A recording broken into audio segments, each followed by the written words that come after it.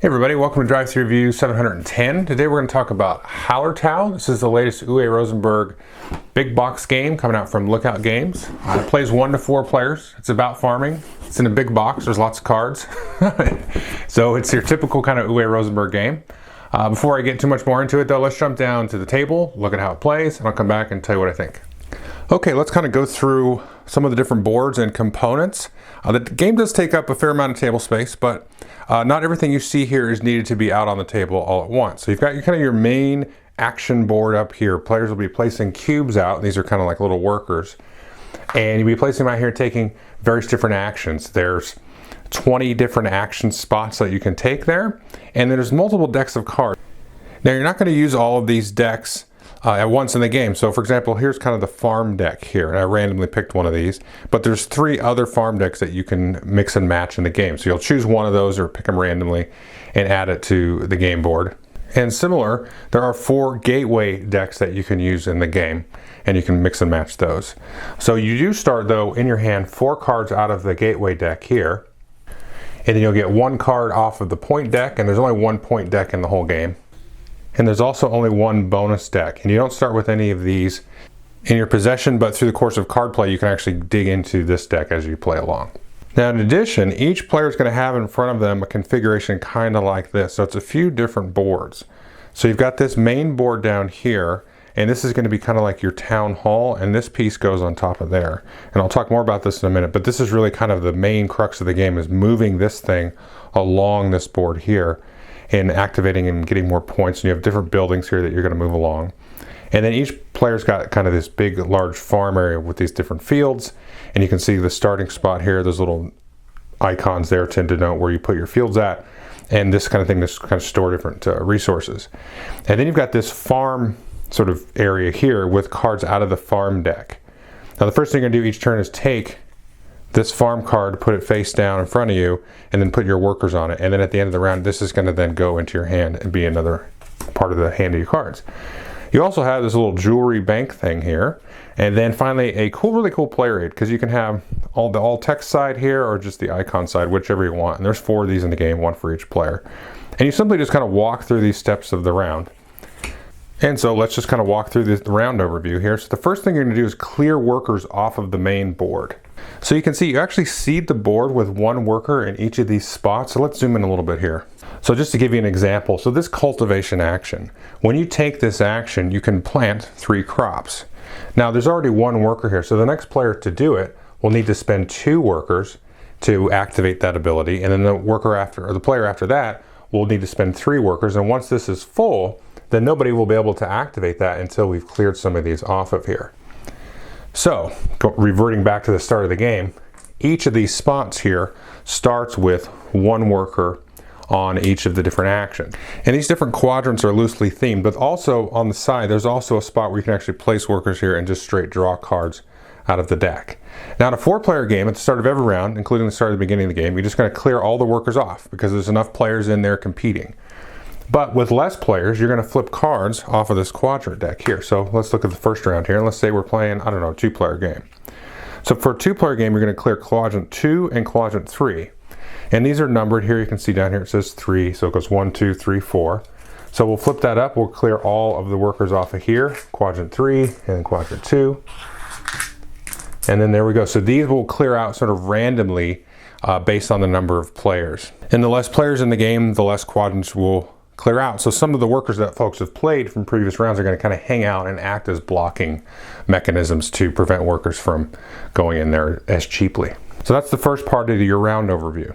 The second step is to take the current round's farm card, take that and put that off to the side. So you can see there's going to be 6 rounds. So each player has a little farm board like this, and they're going to slowly kind of add new cards out of this over the course of the game. So you're going to put this off to the side, and then you're going to take workers from the general supply equal to where you're currently at on the little town hall here. So everybody starts with 6. So right after clearing the board off, you're going to take a certain number of these workers. You see they're all the same color because it doesn't really matter who they belong to. You're going to take these and just go ahead and put them on the card that you just drew, and so that's your supply of workers for the round. Now as this moves up, and I'll show you how it moves up later, you can see you start to get more and more workers in your supply. And so again, this is the key part of the game. You're going to score the most points by moving this up, as well as give you kind of the most engine, and you get the most actions through workers as you move it up. Now down here in front of you somewhere, you're going to be playing different cards over the course of the game. So the next step after retrieving your workers in step 2 is to activate any bonus cards. Now these bonus cards here will always have this kind of little icon, so you can see where it has the 3, that means step 3. So if you had played this card on an earlier round, you're going to look at the bottom part of this card and you can say, oh, I'm going to get 2 brick. So you're going to get 2 more brick into your supply, and a lot of times this will also give you some points at the end of the game. So you may have a few different of these. In this case, so this one you might get a new field at level 4, and I'll explain that in a minute. So you're going to take a look at step 3 here, and then activate any bonus cards you might have played on previous turns. And these will stay in front of you throughout the course of the game. And then finally, step 4, this is the main chunk of the game, is the action phase. Players will place workers out. Once you're done placing workers out, then you will take this farm card in your hand, and this will become now part of your hand, and you can possibly play it. Now it is worth noting, since we're talking about cards, is you can play these at any time that you want, as long as you satisfy the top condition of the card. It can be on another player's turn, during the harvest phase, whenever you want. It's very easy, and there's a lot of freedom in terms of how to do that. So if we look at here, at any point, when you look at the number of fields that you currently have, 4, 2, 1, or 0, then you'll be able to get new fields in front of you and played into your farm area. And also, you get a certain number of cards based on that. So let's maybe look at a simpler example here. So we've got 3, 5, or 6 cards in hand that are not the gateway cards. And remember, you get those at the beginning of the game. So then you can get 0, 1, or 2 wool in your supply, and you get another card. Or anytime you have no fields in rows 2 or 3, you can just play that and you get a sheep. Now sometimes it's going to cost you, like this is one of the big end game bonus cards that you got at the beginning. So 11 crops of the same type. You play this, you have to spend those, and then you would get 10 points at the end of the game. So if you have like a little bar like this, you just have to have it. And then right here, if you have a little kind of arrow, you've got to spend whatever it is. And there's just a mess of cards. And if you ever get confused on the iconography, there is in the back here a numbered kind of index and explains it. So there's a little number there on the bottom of the card. You can see that. If it focuses right here, so that's, you know, card 227, and you just look it up and it'll explain it pretty easy. Most of the iconography is really straightforward, but if you get stuck, it's right there. You look it up pretty quick. So again, actions are just taken round robin. You just kind of place a worker, however many is the required amount there. So this action here that gives you a sheep and a meat, that will just cost you 1. Again, if somebody else comes here later, it's going to cost them 2. You know, there's all different kind of actions. I'm not going to go through all the actions, but I'm going to show you the principles of scoring and see why you might want to collect resources, collect sheep, and so on, and what you're going to kind of use them for. So anytime that you collect a resource, we're going to take a look at this board here. This is kind of the main sort of engine economic kind of part of the game here. So let's say I said, you know, gather 2 crops. Well, there's 4 different crops in the game. You start with 3 of them down here in the 1. So if I wanted to say gather 3 crops, I could just bump them all up 1 slot, and now this is representing that I have 2 of each. Or let's say I wanted to collect maybe 2 of these and then 1 of those. Okay, so this will actually count as a tracker, and if I spend this wheat here, I'll just spend down in like that, and then once I spend my last one, it'll come off the board. So one thing you might do is you start with 3 of these hops or crops here, and let's say you said you collect any 3 crops. So you go, okay, I'll get this one. This is the other type of crop. That's 1, 2, 3, like that. Now it's possible to, you know, collect more and have a bunch of crops. So maybe I have a lot of this barley here like this, and I've actually got numbers and different things. So I've actually got 5 plus 4 plus 2, so 9, 11.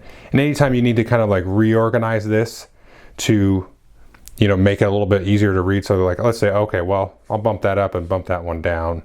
It does get a little bit kind of cramped in here towards the end of the game, because if you got a lot of different resources, maybe you got some wool in here and some meat, and then you maybe got some milk and stuff, and now you're bumping these up and so on. So you can see it starts to kind of get packed in there if I've got 3 of each of these kind of things. It gets a little bit crowded, but it does work out pretty well.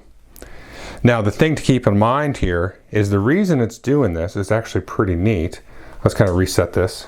So let's say we had 1 of each of these crops and then 2 of that, and then we took an action there to then plant or cultivate 3 different crops. So what we can do here is we can actually spend a crop and then move it out here to our field. So let's spend this one. So we spent 1 of those, and then the other one will go out here, and then maybe we spent this one. So that would mean we have 0. We can just go ahead and take and move that one there, and we'll spend this last one here, and put that. So after we've done taking actions, you're going to go to the harvest phase. And what happens is you just get the amount of that crop equal to the row that it's on. So I just take and move this right over here. Now I have 4 of those, 3 of those, and 2 of those, like so. So it's a very easy way to kind of track how much these fields are going to generate.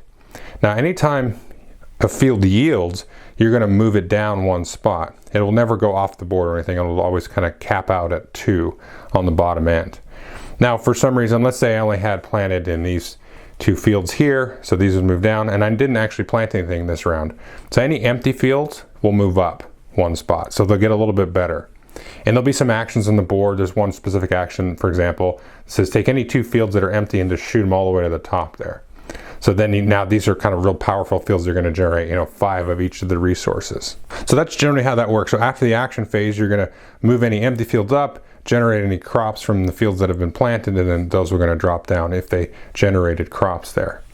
Now if we look over here, the other type of thing that you might take here is you might get sheep. So you might take an action on the board there to get sheep. Now in the first round, you can see here how it has a little sheep with a down arrow. So this sheep will now go down here and drop down to that spot. So if we keep playing the game and we keep getting to the next round, if we get to this round and the sheep is still here, that sheep's just going to kind of like die of old age. So you'll lose that sheep. Now there are actions you can take to sort of increase the round of the sheep. Let's say sheep gains around. So you can move it here, here, and then finally down to here where it will stay permanent.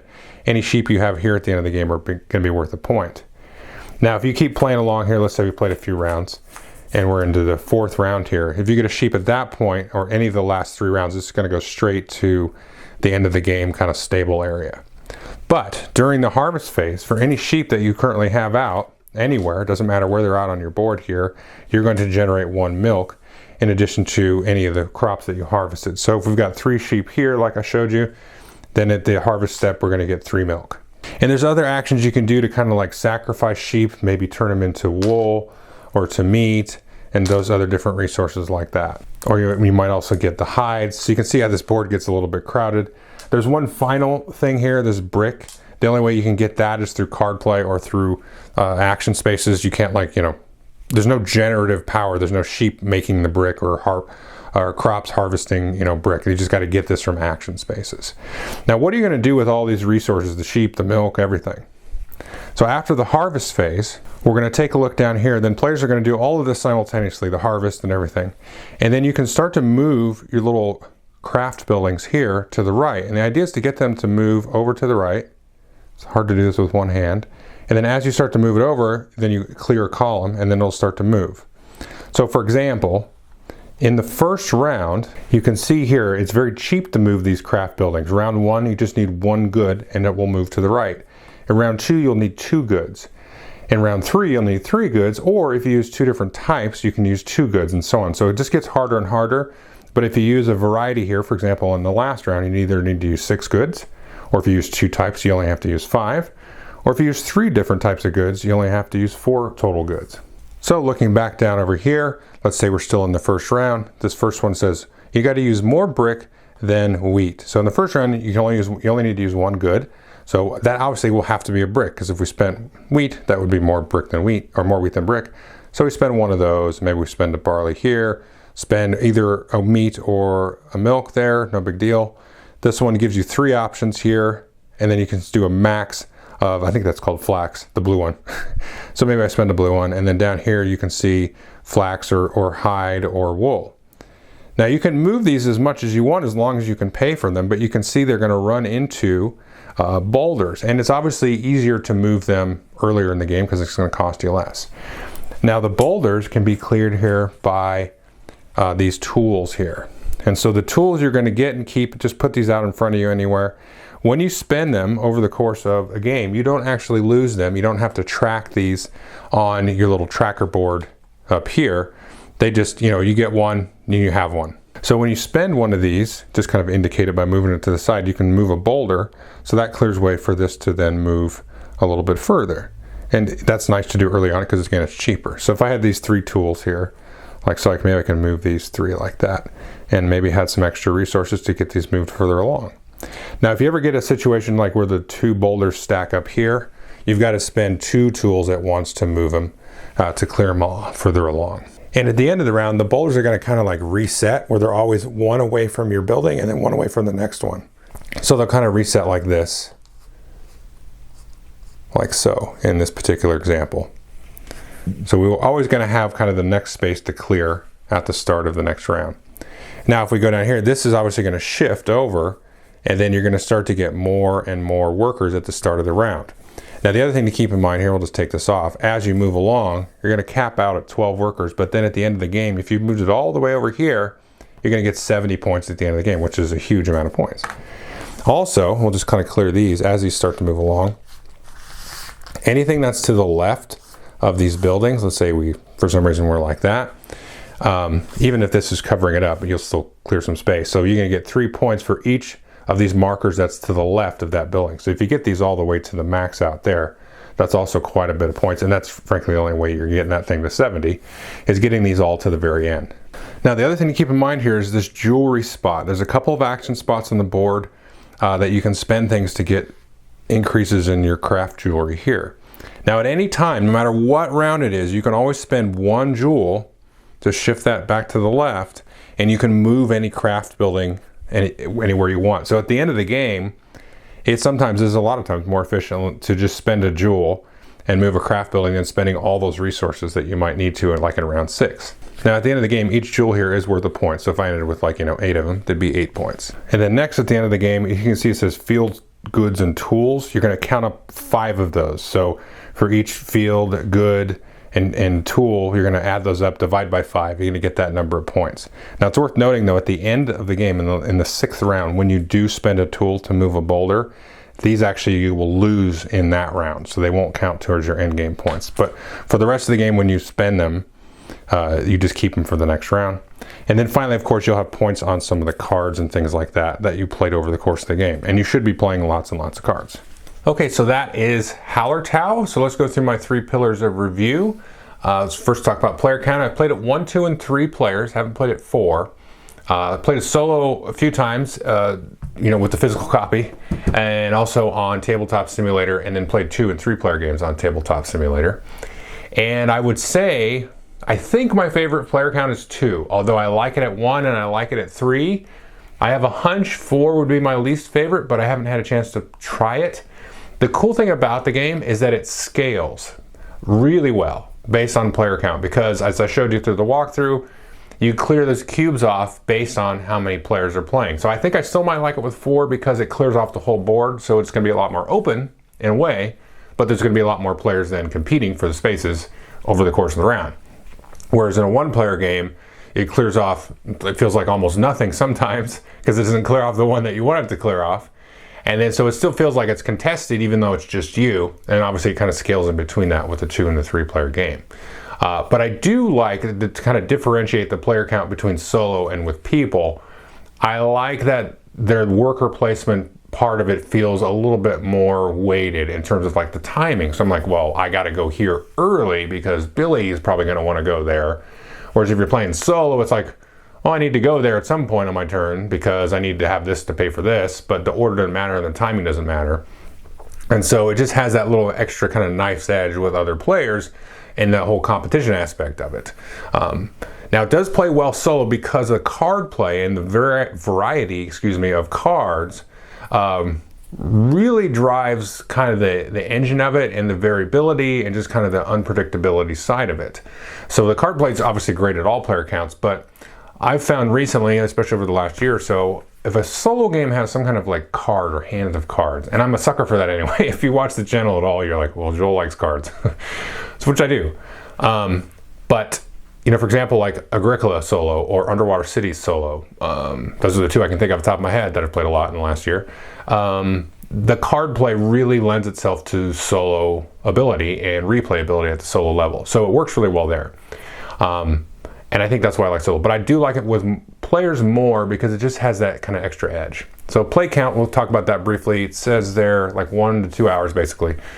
And that's about right. The multiplayer games I've taken have been probably a little over 2 hours, but that's kind of a tabletop simulator type of thing and people learning the game and stuff like that. The gameplay is pretty snappy and smooth. So I think that playtime's about right. You could maybe get to 3 hours, I guess, with 4, but I don't think so. Not after you've played it a couple times. So let's kind of move into my last pillar, which is, what is this game like, and kind of more generic thoughts. It feels like a Rosenberg game, I guess. I mean, you have to kind of compare it to that, but it doesn't really play like any of the other ones. So let's cover some of the different mechanisms, though, which are really neat. First is the progressive worker placement, which is what they call it. And like I said, it scales very well. So that's kind of a neat thing, that you can sort of scale the board like sort of auto-magically, right? Where cubes kind of grow and ebb and flow and kind of block and remove spaces or make them more expensive or cheaper. And you don't have to like add and remove whole pieces of a board. The board kind of naturally, organically does that by itself. And that's a neat thing that makes the game scale well, but also makes the game really interesting, because a space is, usually not ever going to be completely blocked. I mean, it will, but there's a lot of action spaces to take, but the price of it is going to go up. And when I first saw that, I was like, oh, this looks kind of boring. This was probably the part of the game going into what I was like not that excited about. I was excited about the card play.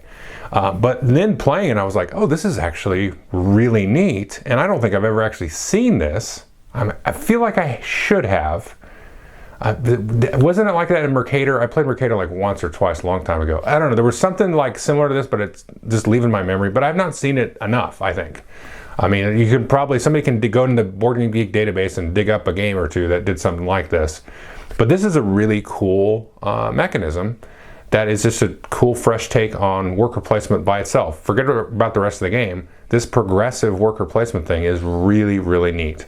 And it makes the game still feel kind of cutthroat and a little bit of a knife's edge, but not overwhelmingly brutal. It's like, well, if you want to go there, Billy already put a cube there, so it's going to cost you 2, which maybe you wanted to use that other cube for something somewhere else, but you could still go there. It's just going to hurt a little bit to go there. You're not just totally prevented. So it's a neat thing. So like I said, that's kind of a new thing. The card play stuff I like. So obviously it kind of feels kind of in that Agricola side. Feast of Odin kind of had card play, but not really. But this is neat because of the freeformness of this is really cool. Because sometimes with Agricola, you could play it, and you don't really necessarily play a lot of cards out of your hand every time you play Agricola. You get a hand of like 14 cards, and maybe you could play like 3 or 4. Sometimes you could play a lot more, but just kind of depending on how cutthroat the game was and how well your hand and cards work together and stuff like that. Where I found with this, especially after I've played it a few times, maybe your first game won't be as fulfilling. I just probably give you a heads up on that. But usually I'm playing like 20 cards or something, or like 30, Now, not all of them are going to score points. A lot of them are going to give you sort of unlocked access to better and better cards, which will give you bonuses, or bigger point spreads and stuff like that. So the card play is like really heavy here. And I was very happy to see that Uwe kind of leaned into that, because that's a part of the game that excites me always, is card play and combos and that kind of thing, and setting up all that stuff. So it's really present here. So if you're somebody that likes that kind of card play, I think you're really going to like this. And the different decks are really neat. So the gateway decks have I don't remember what they're called, but beginner, medium, advanced, and so on. So they just have like little complexities in the cards. And then the farm decks have kind of different, how to explain it? It's almost like they're targeted toward different resources. So different parts of the board are going to be a little bit weighted, kind of generally heavier. So just over the breadth of that deck, you're going to say like, well, I might interact with the fields more. I might interact with the crops more, or the sheep more, or something, based on the farm deck that goes into play there. And that's kind of a neat aspect of the game to kind of tailor it up. And it gives it some, possibility for expansions, card decks, and things like that. I don't think the game really, if they never came out with an expansion for it, I wouldn't think that'd be a problem. I think that'd be cool if they did, but I don't think it needs it, because you've got 4 different gateway decks, 4 farm decks, and then 2 other decks. So you're good to go there.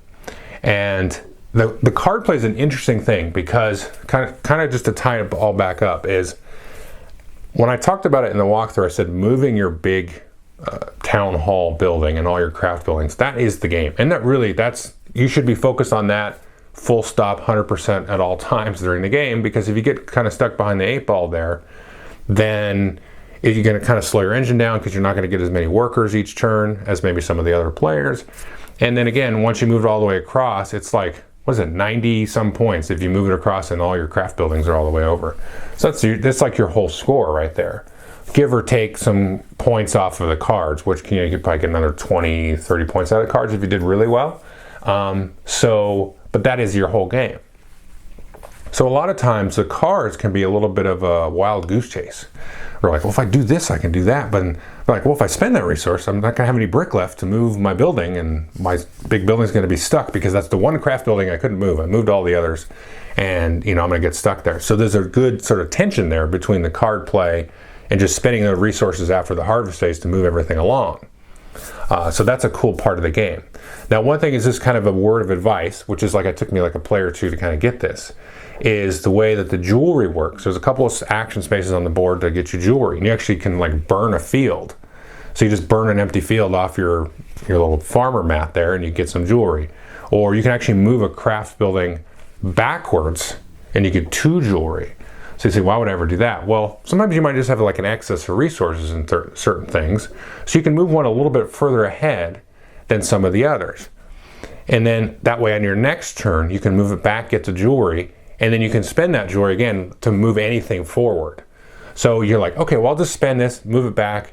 And then you're like, why would I spend stuff and then move it back? Well, I've already got 2 jewelry coming at me. So the 1 jewelry will get it back to where it was and then get something else where it needs to be, because maybe my engine isn't really strong on the sheep side of things. I'm more of a crop harvester type of player.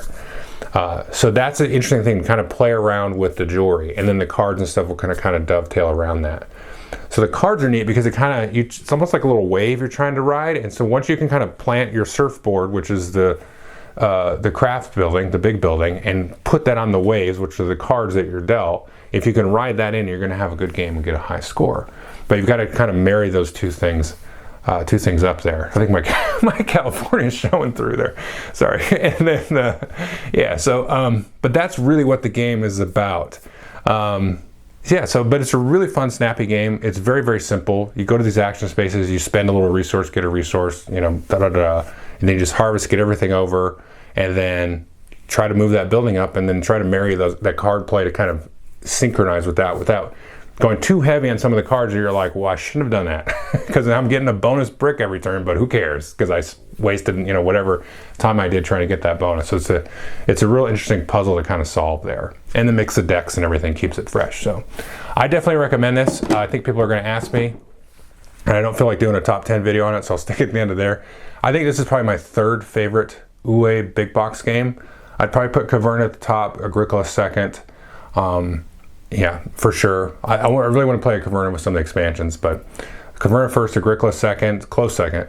This would be 3rd, and then we do like probably at the Gates of Loyang 4th, maybe Le Havre 4th in there. So one of those 2.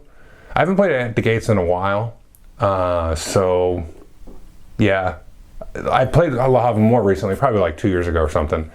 But I have to try that again. So that's kind of like my top 5. Caverna, Agricola, Hallertau, Loyang, and Le Havre, or swap those around. My next one would be Feast of Odin, and then Ort Labora after that. Is that all of them? Is that all his big box games? If I'm forgetting one, I either haven't played it or I didn't like it that much. Ort Labora I didn't really care for that much. It's okay. And Feast of Odin, it's okay. It's all right, but I like them, but it's not that good. And then some of his other games, you might have like Glass Road and stuff like that, but that's not really a big box game. It's kind of his medium. I didn't really like Glass Road. And then I haven't played Newsford, which is a game that a lot of people have recommended to me, so I'd like to try that at some point. Mercator, I vaguely remember not really liking. I feel like I'm forgetting one other one, but that's kind of it, and I may not have played the other one. Let me look on BGG. I'll be right back. Okay, I'm back. So the other one was Fields of Arle, which I played one time, and I don't really have strong feeling either way, but I was kind of bored by it. So there you go. That was the other one. So that's all the big box ones. And as far as while we're talking about it, it's polyomino games. Patchwork's good. The rest of them I can take or leave, honestly. And then Bonanza, I don't like that. I don't kill me, but I've never liked that game. I don't know why. I played that game years ago, like we're talking 15, 20 years ago almost, or whatever, and I was like, I don't like this game at all. And maybe I should try it again, because I've like obviously, it's been a long time. So yeah, anyway, that's my kind of Rosenberg sum up there. So this is my kind of my number 3. So thanks.